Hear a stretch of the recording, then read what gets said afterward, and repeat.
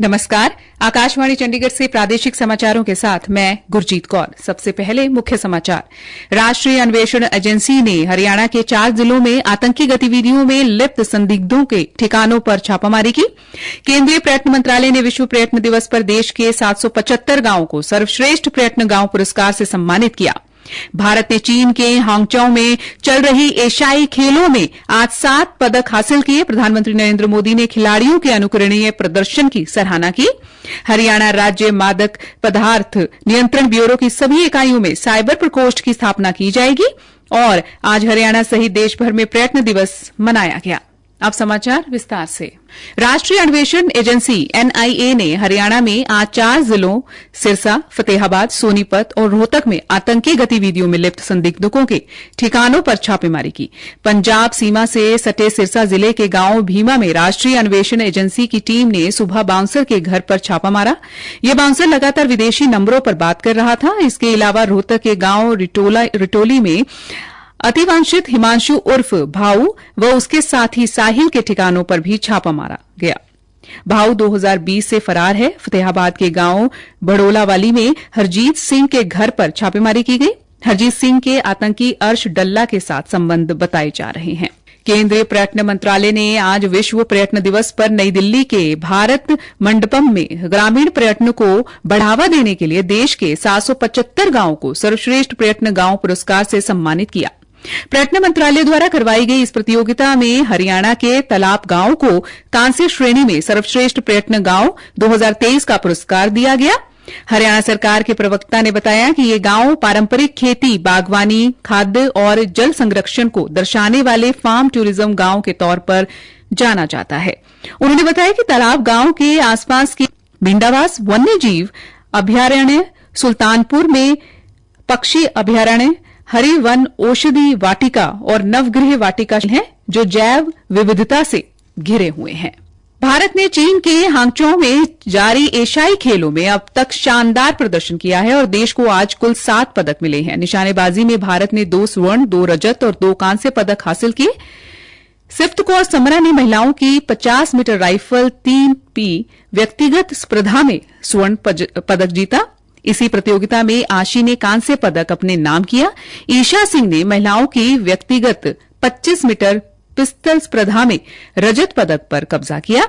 इससे पहले 25 metre pistol team स्पर्धा में मनु भाकर, ईशा सिंह और रिदम सांगवान ने चीन को 3 अंकों से हराकर चौथा स्वर्ण पदक जीता था। भारतीय टीम ने रजत पर भी निशाना साधा है और उसने 50 मीटर 3P की टीम स्पर्धा में चांदी का तमगा हासिल किया। वहीं पुरुष टीम में अनंत नरूका, गुरजीत सिंह और अंगद बाजवा ने स्किट में कांस्य पदक जीतकर भारत के लिए 19वां पदक पक्का किया। महिला हॉकी टीम ने भी आज अपने पहले ही मैच में बड़ी जीत हासिल की है और सिंगापुर को 13-0 के अंतर से हराया। प्रधानमंत्री नरेंद्र मोदी ने एशियाई खेलों में भारतीय खिलाड़ियों के अनुकरणीय प्रदर्शन की सराहना की। सोशल मीडिया पोस्ट में श्री मोदी ने 25 मीटर पिस्टल महिला टीम स्पर्धा में स्वर्ण पदक जीतने के लिए महिला निशानेबाज टीम को बधाई दी। उन्होंने कहा कि उल्लेखनीय टीम वर्क से अच्छे परिणाम मिले हैं। उन्होंने 50 मीटर राइफल महिला टीम स्पर्धा में रजत पदक जीतने वाली खिलाड़ियों को भी बधाई दी।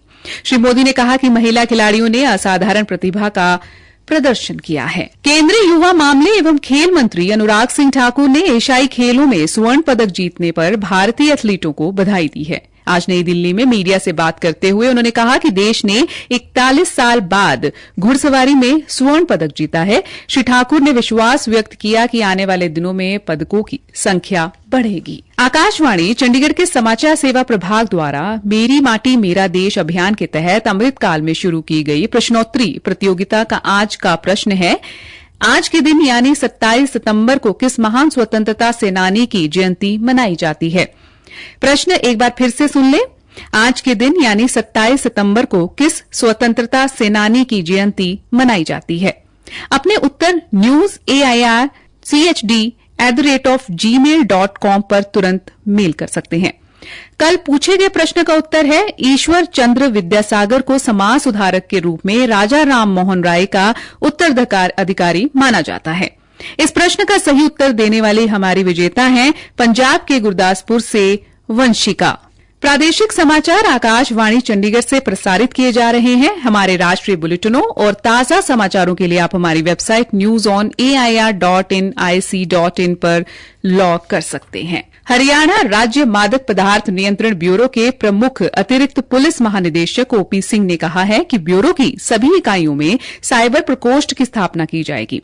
चंडीगढ़ में जारी एक प्रेस विज्ञप्ति में उन्होंने कहा कि साइबर प्रकोष्ठ की सहायता से नशा तस्करों के कॉल डंप, सीसीटीवी फुटेज आदि सबूत इकट्ठा किए जाएंगे ताकि अपराधी किसी भी तरह से बच न सकें। उन्होंने कहा कि साइबर प्रकोष्ठ की रिपोर्ट के आधार पर नशा तस्करों की धरपकड़ की जाएगी। श्री सिंह ने कहा कि सभी अच्छा काम करने वाले कर्मचारियों को समय समय पर सम्मानित भी किया जाएगा ताकि उनका मनोबल बढ़े और अनुसंधान अधिकारी अच्छा काम करते रहें। अतिरिक्त पुलिस महानिदेशक ने कहा कि सभी अनुसंधान अधिकारियों को कम से कम एक व्यावसायिक मध्यम मात्रा का अभियोग दर्ज करने के निर्देश जारी किए गए हैं। वहीं नशे के खिलाफ अभियान को तेज करते हुए आरोपियों की धरपकड़ शुरू की गई है। श्री सिंह ने बताया कि इस वर्ष हरियाणा राज्य मादक पदार्थ नियंत्रण ब्यूरो द्वारा प्रदेश भर में छापेमारी कर पहले 9 महीने में ही 315 मामले दर्ज किए गए हैं व 454 नशा तस्करों को सलाखों के पीछे पहुंचाया गया है। उन्होंने बताया कि जनता को विभिन्न जनसंपर्क कार्यक्रमों के जरिए नशों के खिलाफ जागरूक किया जाएगा। जागरूक करने के लिए ब्यूरो के अधिकारी आम जनता के बीच पहुंचेंगे। उन्होंने आमजन से अपील की है कि अगर कहीं पर भी नशा बिकता हुआ दिखाई देता है तो उसकी सूचना ब्यूरो के टोल फ्री नंबर 9050089150 पर दी जा सकती है। सूचना देने वाले का नाम, पता पूर्णतः गुप्त रखा जाएगा। आज विश्व पर्यटन दिवस मनाया जा रहा है। इसका उद्देश्य पर्यटन के महत्व, सांस्कृतिक, सामाजिक और राजनीतिक व आर्थिक मूल्य बारे अंतर्राष्ट्रीय समुदाय के बीच जागरूकता को बढ़ावा देना है। आज पर्यटन और हरित निवेश विषय वस्तु पर मनाए गए पर्यटन दिवस के दौरान हरियाणा के भी कई जगह कार्यक्रमों का आयोजन किया गया। फरीदाबाद में सराय ख्वाजा स्थित राजकीय आदर्श वरिष्ठ माध्यमिक विद्यालय में पर्यावरण स्वास्थ्य पर एक जागरूकता कार्यक्रम आयोजित किया गया। स्कूल के प्राचार्य ने बच्चों को पर्यटन दिवस के महत्व के बारे में बताया। वहीं कैथल के डॉक्टर BR अम्बेडकर राजकीय स्नातकोत्तर महाविद्यालय में छात्रों ने मॉडल के माध्यम से पर्यटन के विभिन्न आयामों को प्रदर्शित किया। कार्यक्रम के मुख्य अतिथि प्राचार्य मनोज कुमार ने बताया कि दुनिया भर में पर्यटन क्षेत्र अगले 10 साल में 4 करोड़ लोगों को रोजगार देने के साथ रोजगार देने वाला सबसे बड़ा क्षेत्र बन जाएगा। पलवल के श्री विश्वकर्मा कौशल विश्वविद्यालय ने हार्वर्ड बिजनेस पब्लिकेशन एजुकेशन के साथ एक समझौते पर हस्ताक्षर किए हैं, जिसके तहत 3 साल का अनुभव रखने वाले पेशेवरों को MBA एग्जीक्यूटिव की डिग्री करवाई जाएगी। समझौते के तहत श्री विश्वकर्मा कौशल विश्वविद्यालय में हार्वर्ड के पाठ्यक्रम पढ़ाए जाएंगे। विश्वविद्यालय के प्रवक्ता ने बताया कि श्री विश्वकर्मा कौशल विद्यालय के कुलपति की उपस्थिति में विश्वविद्यालय के कुलसचिव और हार्वर्ड बिजनेस पब्लिशिंग एजुकेशन के प्रोग्राम प्रबंधक ने समझौते पर हस्ताक्षर किए।